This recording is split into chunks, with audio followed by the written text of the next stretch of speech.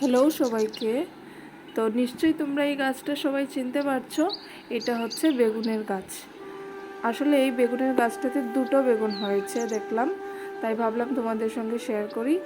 এই হচ্ছে প্রথম বেগুনটা, এটা একটু লম্বা হয়েছে খানিকটা, আর উপরে আরেকটা আছে, এটা একটু ছোট, এটাও কদিন পর লম্বা হবে।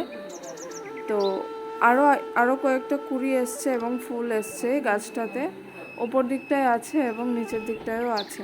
তো পরবর্তীতে নিশ্চয়ই হবে কয়েকটা বেগুন আরও।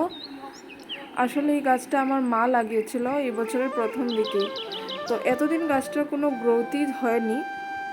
তো কিছুদিন আগে আমি গাছটাতে একটু কলার খোসার জল প্রয়োগ করেছিলাম, আর নিচের গোড়ার মাটিটা একটু খুঁড়ে দিয়েছিলাম, তাতেই গাছটা এতটা গ্রোথ নিয়েছে। আমি এছাড়া আর কোনো সারই ব্যবহার করিনি। তো এই হচ্ছে গাছটার পুরো গ্রোথটা, এতটা লম্বা। নিচের দিকের কয়েকটা পাতা আমি পিঞ্চিং করে দিয়েছিলাম, আর এই দেখো গোড়াটা। তো চলো আজকে তোমাদের সবাইকে টাটা।